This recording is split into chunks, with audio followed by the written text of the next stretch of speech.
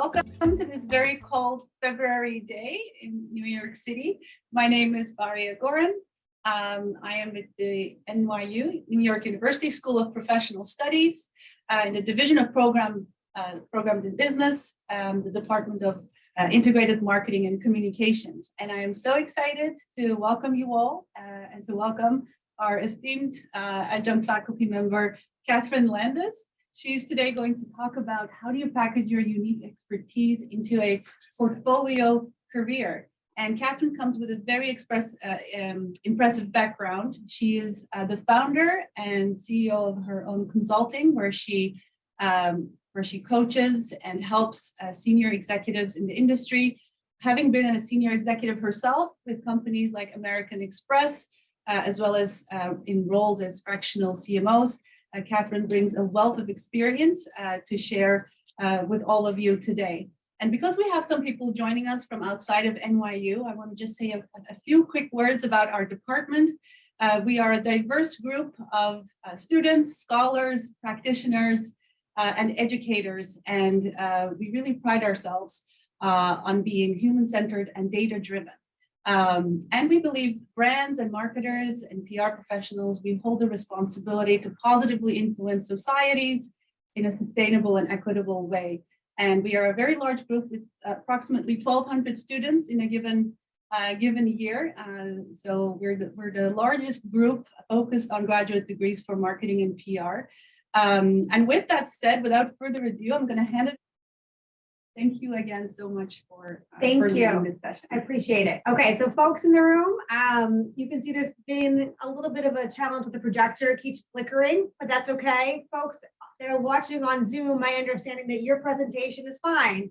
So what I would say to folks that are on Zoom, if you can't hear me okay, there are folks that are manning the chat. So I'm going to be asking you to participate. This is not going to be me standing up here talking for an hour. That sounds terrible to me, and I'm sure to all of you. So let's get to it. Bahriye, you shared a little bit about me, but what's my street cred? Who am I to be up here talking to all of you? Well, like she said, hello, folks, come on in. I'm the founder and CEO of Kathryn Landis Consulting. It's an executive and team coaching firm. I'm also a speaker, a consultant, and a professor at NYU. I might just give up on the slides. We'll see how this goes.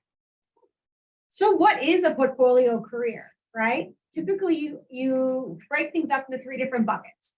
There's the traditional full-time job at one organization, and maybe you hop around from different organizations.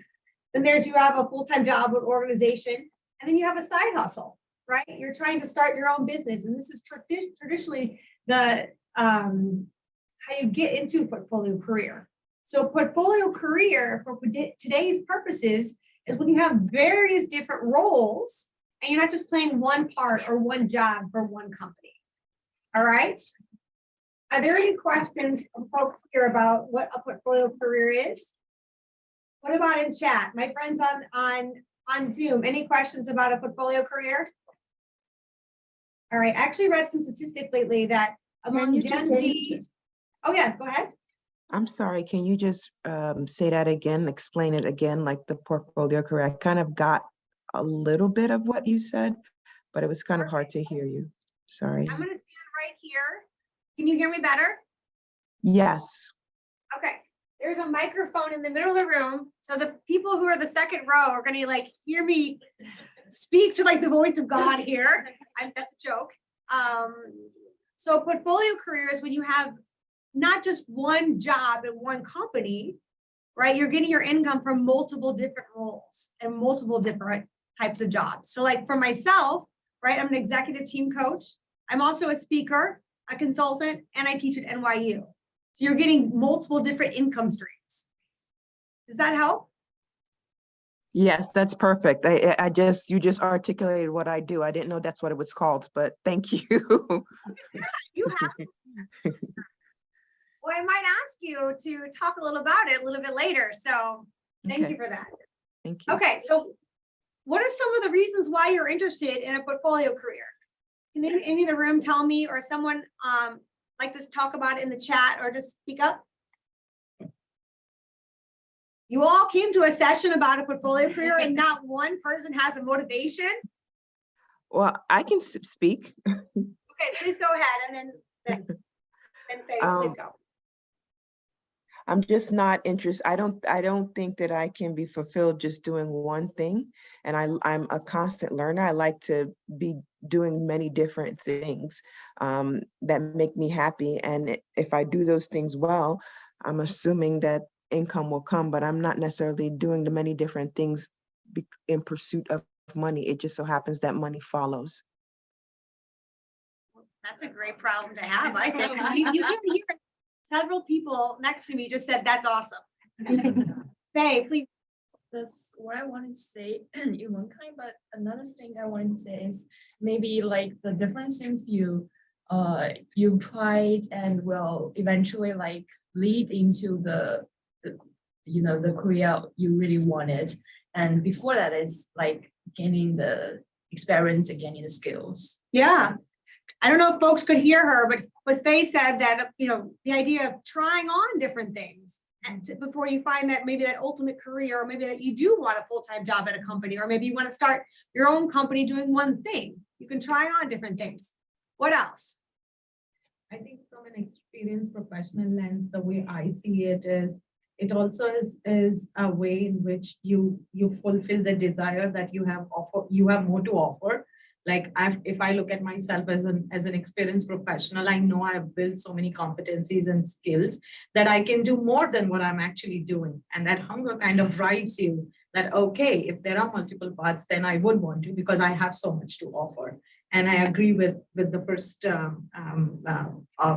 speaker that it is not always about money, but it's more about your hunger to learn and your hunger to offer what you have in a way. Absolutely. Would anyone else like to add? I actually read a statistic that among Gen Z and millennials, I think a lot of the folks in the room, either they have great skincare, in which you need to tell me, or they're Gen Z and young millennials. About 80 to 90% either have a side gig or would like to pursue a side gig or portfolio career. So it's top of mind for Gen Z and young millennials. I make jokes, okay? So don't take me too seriously. Some folks here are in my class, they know that. All right, let's go back. PowerPoint, okay. So we don't need this. It's basically a woman struggling, and the idea is, what's so hard about creating a portfolio career, right? What's so challenging about it? It's the idea that you have to sell yourself. You have to monetize your expertise. Before I started my own business and my own company, I sold coupons, I sold payroll, I sold credit cards. None of that is sexy, but nothing was as hard as me trying to articulate my expertise into a brand so I could build a company around it. It was like nails on a chalkboard. It was super hard. Okay, well, all right. So now you're probably thinking, oh my goodness, now I'm getting overwhelmed. Kathryn is telling me how hard it is. There's some stats I wanted to show for you. Basically, one is 769 million. You search in Google today, portfolio career, 769 million results come up. You search side hustle, 163 million come up. So we're not the only people thinking about side hustles and portfolio careers. So that was the person thinking about, oh my goodness, how am I going to sell myself, monetize myself? The idea here is you have to create a unique selling proposition, right? That connects what your customer cares about, what their goals and objectives are, to your offering. Because no one cares why you started your business, why you wrote your book. They want to know how you can help me. And now that I say this, keep your antennas up on LinkedIn. And when you see people talk, they'll always start right with, I wrote my book because. No one cares. Eventually, once they know they want to work with you, they want to know why you did it. But at first thing, they want to know how you're going to help me. So you need to help those people understand, one, a lot of cases they have a problem, or it's a problem that can be solved a way that leads to you. Let me tell you about my client named Tom. So Tom was a senior executive at a Fortune 500 company. He left because he wanted to be more fulfilled. He wanted to make a lasting positive impact. His own leadership consultancy. But despite the fact that he knew a lot of folks that would be the decision makers to hire him, and they had positive perspective of his work, they've seen him work before, his business was failing. It was struggling. Why? Well, believe it or not, you looked on LinkedIn and there's about 8 million other people who call themselves consultants. And about 300,000 of them call themselves leadership consultants. And for all you marketers in the room who's like, well, that's leadership, not marketing. I've been marketing consultant, it's 1.1 million. So, right, so there's a lot of people that are calling themselves these labels. And for Tom specifically, his customers didn't know what a leadership consultant was. And the ones who thought they did know what a leadership consultant was, they thought it meant their leadership was failing, that he was helping failed leaders, which was the exact opposite of the people that he wanted to go after, right? All right. So the question here is, and the question is going to show us at some point, how do you package your unique expertise into a portfolio career? Well, there's 5 steps that I'm going to tell you about now. One is to get really clear on the pain point that you solve. So the way to do this and to get out of your own head, right? I told you how I was in my own head for a while, is to write down a list of the 50, 100 things that people come to you for help. They ask for your experience for, but write it down in their language, not the way that you would describe it, the way they describe it, and just make a list. Okay. What are these are the challenges. Okay. And then as you have 50 or 100 on this list, start grouping them into different themes. You'll notice that some themes pop. So I see people taking notes. Would anyone like to share a pain point that they think that they could solve? For example, maybe you help companies with brand awareness, right? Maybe you help them with SEO, right? They can be found online. What are some of the things that you think companies, what are some of the pain points? Not a good example. Maybe people come to you saying, no one has heard about my company, or no one can find my company online. What are some of the things that people come to you for? Yes, go ahead. Yeah, people come to me because they cannot understand their customer. I do marketing research and customer behavior. They want to understand why and where, why, and how their customer behave and try to boost their company. Yeah. So that's the goal. But what's their pain point? They don't understand their customer. Yeah. And what do they say? Like, I don't understand my customer. What is that? What's that frustration? What does that mean to them? The lack of sales and the bottom line being shared. Yeah, my sales are struggling. You know, my bottom line is being hurt. I don't understand my customers. Come on in. What else? What is anyone else? Faye. Yeah, when I was once a reading influencer, like in another social platform. And the people come to me always saying that I have no time to read books. So can you like make some recommendations for me? Like those, and this is their pain points, I think. Yeah. Then I like starting to sharing my reading thoughts about the books, and then what I get or what I learned from these books from my social media, and then like grow several like followers. Yeah, I think that's what from my experience. Okay, wonderful. What about folks on Zoom? Do we have any comments in the chat, Phil or Patrick? No comments. Mm-hmm. People often come to me for advice on career path, what to do. If they want to get into a career in luxury or fashion, a lot of my students and just regular people come to me and ask, how do I do this?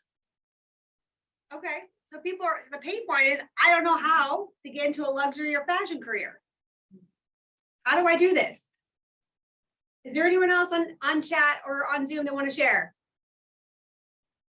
All right, my folks on chat and Zoom, I know you're there.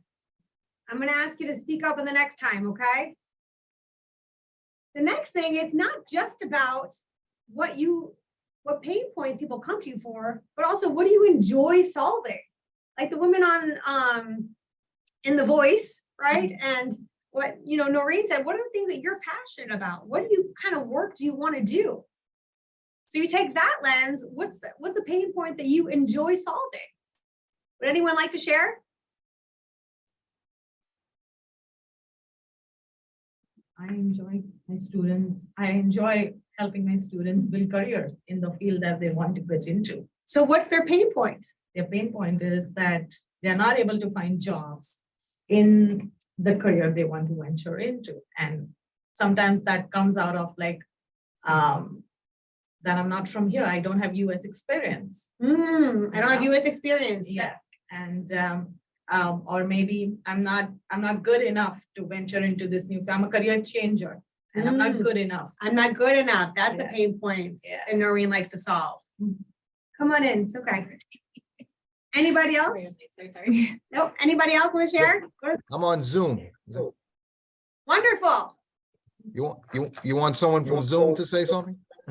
I would love someone from Zoom to say something. Okay, I've already volunteered yourself. okay, so I just want to say performance issues. I like solving those problems. Okay, so well, what was the pain point that someone would come to you with? Um, What would they say to you? I need to improve my performance, my outcomes, my priorities. You know, being able to penetrate my clients better so I can deliver effective solutions. Okay. So that is your objective, and we're gonna get there. Those are the cluster's objectives. First is the pain point, and I'm guessing the pain point sounds something like, I don't know how to improve. I don't know how to drive more sales. What am I doing wrong? How does that sound to you? Yeah, well, that's a pain. Yeah. Yeah, that's a pain, right? Yeah, that's a pain. Anybody else? That was a great example, and I'll talk why it's important to distinguish the pain points from the objectives, okay? But and as our friend on Zoom said, now we're going to the customer goal. So you have the pain points that list of 50 or 100 pain points, right? Your customers' pain. These are the reasons why, you know, they would want to make a change. That sense of urgency, what's bothering them, right? The flip side is what their goals are. And so like the gentleman on the phone just said, you know, maybe they're having performance issues and they want to know how to fix it. You know, maybe I want to find a job in the US. That's my objective, right? What objectives do you think that someone else like to share? What objectives do you think that you can solve for? What's a customer objective? Can I call on you? You're looking at me. Now everyone in the front row is kind of like eyes cast down, but you're looking at me. So I'm going to ask you. You asking what customer objective could be? Yeah, what's a customer objective that you could help solve? I think so like many brands or marketing agencies, they have marketing effectiveness measurement performance kind of a question where like how do they attribute their marketing budget into different channels would make them most profitable in the long term and short term. So that's kind of like the one thing that customers might need to solve as their objectives. Yeah, great. Anyone else? How about someone else on Zoom? Oh, go ahead. Maybe how to grow their social following or change their strategy based on, like, I know sometimes brands do things differently on TikTok versus what they might do on Instagram. Yeah, how do I grow my social following? How do I change the way I promote my brand or myself on the different social channels? Great. Anyone else like to share? Anyone on Zoom or chat? Say this left side of the room is really engaged. This right side of the room, quietest bunch I've ever met. Does anyone here on the right side of the room have a customer goal that they think they could solve? They're smiling and they're all not looking at me at the same time. Reach the target customer groups and know what kind of content that they're looking for. Yeah. Their goal is to reach their target audience with the right content. Great. So now you're halfway there. So we've established the pain points you enjoy solving, as well as your customer objectives, right? So the important part is how that you help, right? So what I would suggest doing is put it on a whiteboard or a piece of paper and just write out, here's the pain points, here's the customer objectives. What are all the ways that I can help, right? Because you want to have it like a ladder to say the pain points, objectives, and how I help. Any questions there?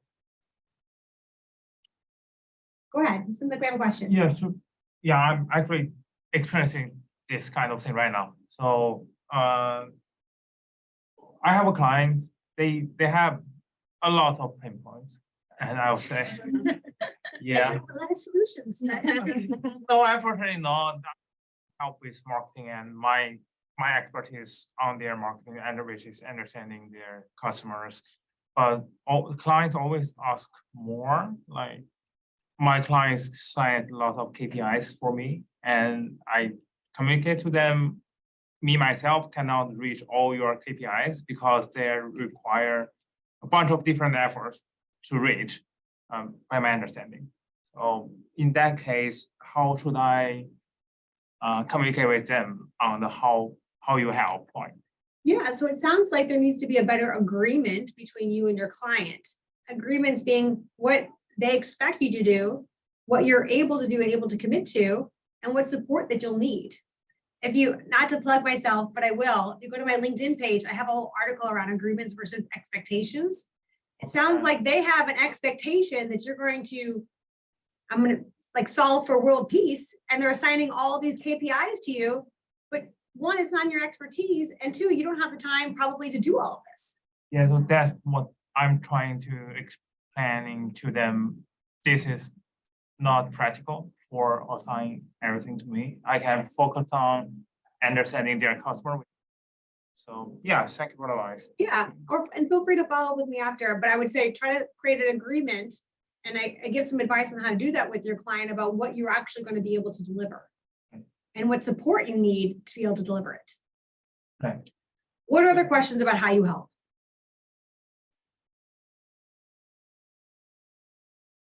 Any other questions, thoughts? Okay, I'm going to move on then. Maybe. So the idea here, this is I would call 4.5. The reason why I call this 4.5 is that if you're just starting out with your side business, your side hustle, your portfolio career, you may not be at the stage where you know who your competition is, right? Or the marketplace might be so fragmented, there might be so many competitors and you can't identify just 2 or 3. That's okay. But if you do know about 2 or 3 main competitors, start looking at the way they're talking to their customers and think about, what are the things that you do really well that the customer cares about that the competition can't do? And that's what I'm trying to articulate in this Venn diagram. This is what your value, well, no, it's not here. That's what your value proposition is, right? It's what you do really well that your customer cares about that the competition can't do. And one way to do that is just to list out what the competition says in terms of all the ways that they help. And then list out all the ways that you can help. And then start crossing off where you have value parity. Sorry, I'm a marketing professor. Sometimes I get into marketing language. You cross out where you're the same, right? The things in which you do uniquely that the competition is not talking about, that could be your differentiators. That's the part that you want to lead with, potentially. All right. But this is a little bit more complex. If you're just starting out, don't worry about this part. Just get out there. And so the next step is alignment. As I mentioned, that's why you take your pain points, your customers' pain points, their goals and objectives. Then you take what you do and you say it in a script. And in that script, and I'm going to show you, maybe I'll show it to you in a minute. We'll see. You want to use that everywhere, right?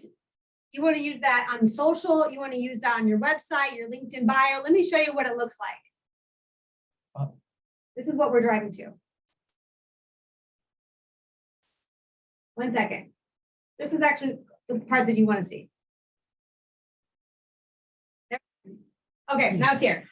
My clients tell me that they want to objective 1, objective 2, objective 3. What are those customer objectives, right? But what they're struggling with is, pain point 1, pain point 2, pain point 3. And that's where I come in. This is how I help, right? Because I can help with differentiator 1, differentiator 2, differentiator 3. And here's an example from a client testimonial. So if you think about it, what we're trying to do is establish that you understand the customer problems, You understand the problems and the pain that they're in a way that creates urgency that leads to what you do, which is your differentiators. That's what you do uniquely that the competition can't do. What questions do you have so far? I see people looking and thinking here. I think some more clarity around pain points versus objectives. So pain point is what are the problems that I have now? So I would say 50% of the time you're going to be in a buying process with someone, and the buying process, the sales process is going to end in no change. No change meaning they don't do anything. There's no decision. They don't decide to go to you or to your competition. And that's probably because there's no sense of urgency. They're not connecting to the pain points. You need to help them understand what is the pain that they have. You know, what is the problem that they want to be solved, or they didn't know they could be solved. Does that make sense? So that's why when the gentleman on the phone was talking about, oh, I help people with their performance issues. Well, helping them with their performance issues may not get them to buy from you, but what's going to get them to buy from you is, I'm not making my number. I'm not making my revenue, or I just don't have time to get the books that I want, that I really want to read, like Faye's example. And that ties to, well, in Faye's example, I go out and curate a list of books that you want to read. So the pain points is what creates that sense of urgency that'll spark the person's interest to then talk about their goals and objectives. So these two can actually be flopped depending on who the customer, who you're talking to. Yes, go ahead.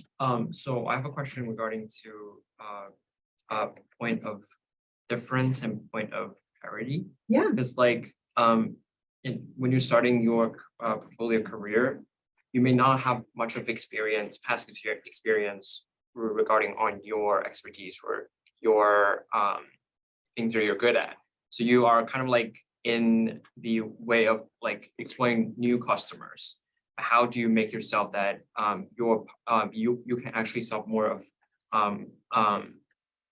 point of difference rather than point of parity? So if you're just starting out, I wouldn't worry about parity and point of difference, because it might just overcomplicate things because you're not quite sure yet, right? You're still testing the waters. I would think more about, and if you don't know, ask people just how, you know, I'm going to pick on my friend Norina Wasserman will tell you, go and have informational interviews, have informational conversations with potential clients and be like, hey, Paige was in my class last semester, so I'm going to pick on Paige. Hey, Paige, you're actually one of my ideal clients. You know, what's top of mind for you? You know, what is your pain point with your business? Or, you know, how would you describe that some of your top objectives of what's important to you? Can I make something up? Yeah. I want to increase engagement on social media. My engagement is low. I have a high following, but engagement is not there. Great. Well, actually, my customers come to me because they have low engagement. They don't know what to do about it. And they tell me that they're using the same content across LinkedIn, Twitter, and Facebook. And that's why they come to Paige, because I can help them understand what is the content that needs to be disseminated to their target customer so they'll convert. I can help them create the content that's unique to each platform, and I can help them with their buyer's funnel. I'm making this up, of course, but that's how you're kind of laying it out. We're connecting with their pain points and objectives are to what you do. What other questions do we have? Yes, in the back, come on. Hi. Hi. I might be an outlier. I'm from the ECOC program, Executive Coaching and Organizational Consulting. So as I guess this is the marketing side that I'm asking for, when you're using this script, are you changing it on social media platforms, or are you using the same language? No, okay. To interact? So for my brand, right, I help leaders get to the next level of greatness. The people that I work with, they want to make a lasting positive impact, objective 1. They want to empower, inspire their teams, objective 2. And they want to become the best versions of themselves in work and life, objective 3. everything that you see me posting on social, and I hope you all follow me after this, Yeah. will ladder up to those three objectives. All the pain points that I talk to ladder those three objectives.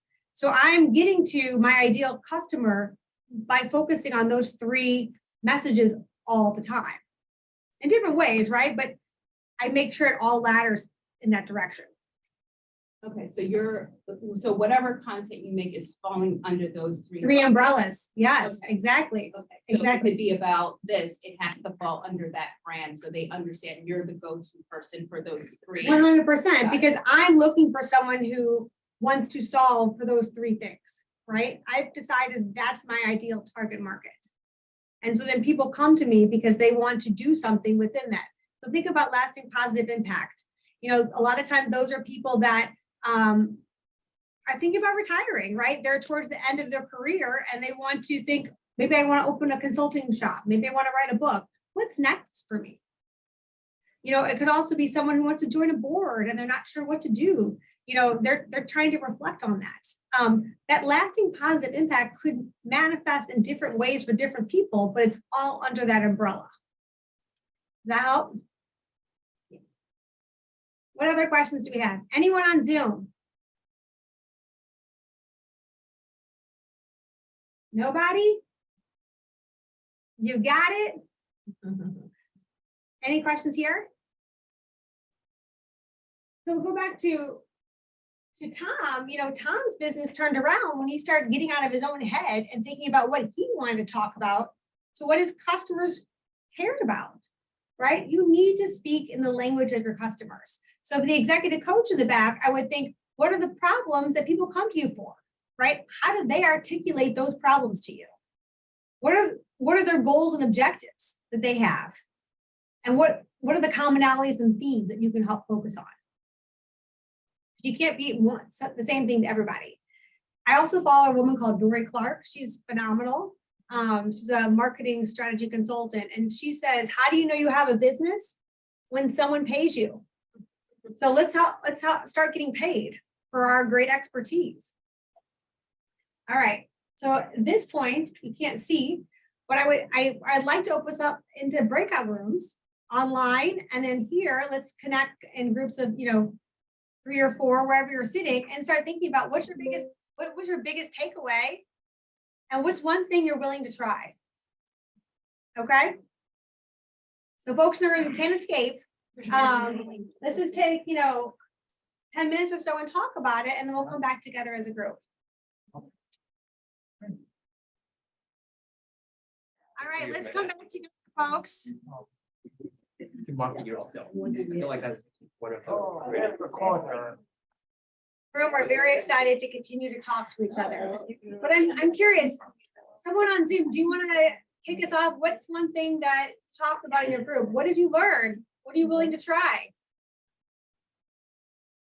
Zoom rooms are still closing, so maybe let's close it. Zoom rooms still closing? Yeah, it takes 60 seconds to close in person first. Let me know when the Zoom people are back. Okay. 30 seconds. There's no way to speed it up. For those of you that are returning to the main room, we're waiting for all the Zoom rooms to close.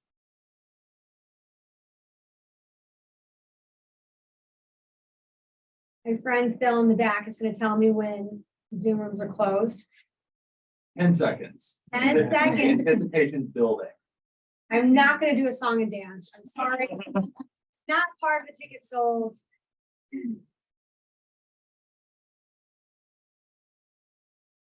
All right, everyone is back. All right, welcome back, everybody. I'm very curious to hear about what you learned. What's one of the key insights you talked about in your group discussion, and what's one thing you're willing to try?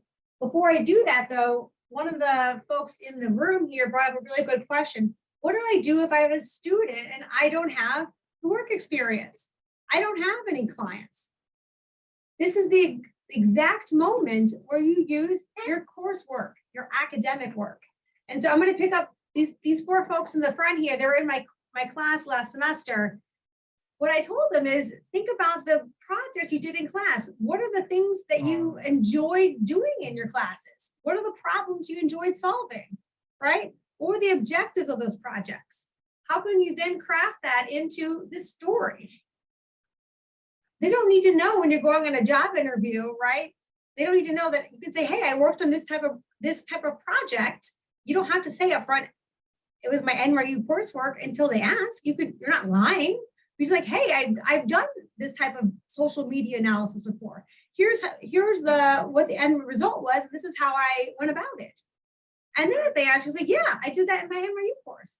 But if you're not using the great work and the things that you're learning here in school, you're cutting yourself short.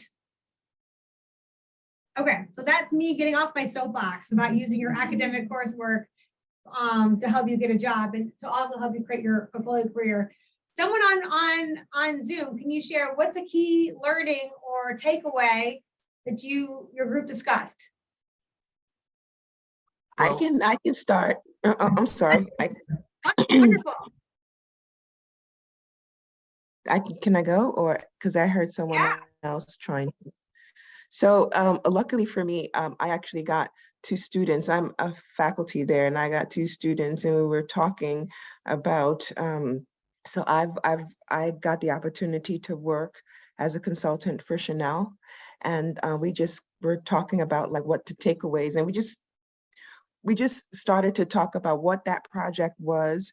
I'm sorry, I digress. I needed to answer your question. What question are you? I'm going all over. That's fine. You had a great conversation. You're a former consultant with Chanel. There's someone in the room who really wants to work in fashion. So maybe I'll see if we can connect you after that. But the question was, what was a key insight you all talked about? What's one thing you're taking away? What's one thing you're willing to commit to? So one of the things that I said, I also mentioned this in the chat, is that whenever it comes to me, my goal is I want to help people become better versions of themselves. And I didn't know how to articulate that even early on in my career. It just translated into what I did.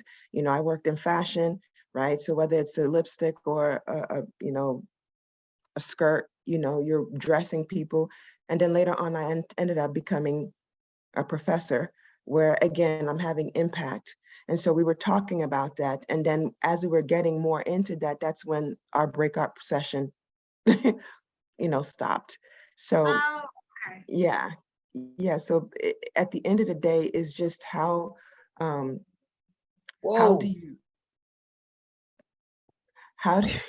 you end up seeing value in yourself and the value that you can bring to other people. So I always say to my students, we're already doing digital marketing, because that's what I teach, digital marketing and e-commerce marketing. So how can you create your own opportunities with the tools you're already using? So yes, I will say that self-reflection is really hard though. It was really hard for me to figure that out. So something you can also do is ask a friend. So particularly if you're a student, ask folks in your group projects or a classmate, what am I really good at? You know, what would you say my strengths are? I also know that Wasserman has a strengths assessment that you can take so you can help equip yourself and refresh yourself on what you do really well. So leverage other people. Well, I think there was one other person on Zoom that was hoping to speak, and then I'll go to folks in the room. Yeah, this is Avram. I'm on Zoom. Again, we didn't have enough time in our breakout, but one of the things that we saw from the topics that you just addressed, the common thread is customer focus. And one of the ways to do that, which is kind of hard, is you have to come out of yourself and not be product centric, but more customer oriented, like you're bringing out and emphasizing. And that's the best way to learn how to connect or endear yourself to the client base. Yep. Exactly. And I'll tell you guys a little bit of a secret. When I was running marketing teams at American Express, there are people on my team, I would find out that never talked to a customer or had never talked to a salesperson. And that was shocking and scary to me. How do you know that the marketing you're putting together is going to resonate if you're not looking at market research or if you're not talking to your customers? what ends up happening is that you're in your cubicle, or now you're in your home office, right? Post-pandemic, and you're excited about whatever shiny object that you think is really cool, but then the customer doesn't care about it. We talked about this in my class last semester about like the Google Glasses. Great product. No one wanted it. It was a failure, right? Except for the one guy here who bought it. No, I'm just kidding. What else? What else did we learn? What are we going to commit to? Can I try to get one person from the right side to talk? Okay. I think we're not. Yes, go ahead. I think we'll put back of what the voice in the ceiling was saying. Yeah, the voice, the Wizard of Oz.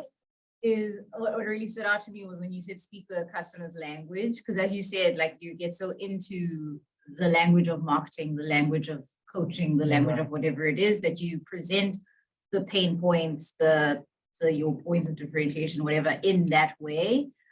Whereas I think it would be very helppful to use even just the language that they would use when seeking new products. And ask them, right? You could ask some of your target customers, like for our executive coach, hey, this is what I think my positioning is. What do you think, client? And if they said, that doesn't sound like me at all, well, then maybe you need to shift it, or maybe they'll give you some advice. People love to help. If you ask them for advice for their help, they really do want to help. People like to feel like they're smart and they're doing something good. I'm serious. Right. Yes. The right side of the room. I want to say something, but like kind of like recalling what I already offered with and like that looking at back in my home, was also talking about similar thing like the language we use.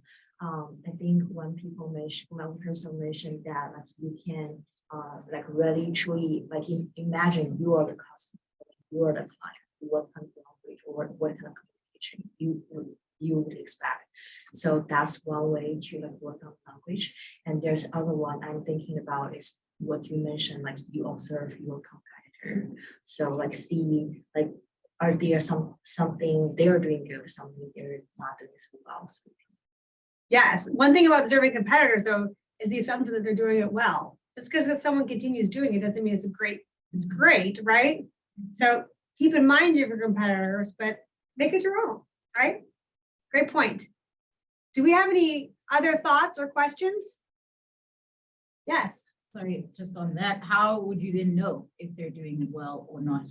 Because I think you're so right. It's very easy to be like, oh, they keep doing this. This is probably working. Well, I think you have to, test it yourself and then also ask some of your own clients. What do you think about this? When you have that trusted rapport and relationship, think about how you can make it your own, right? And then and try it out.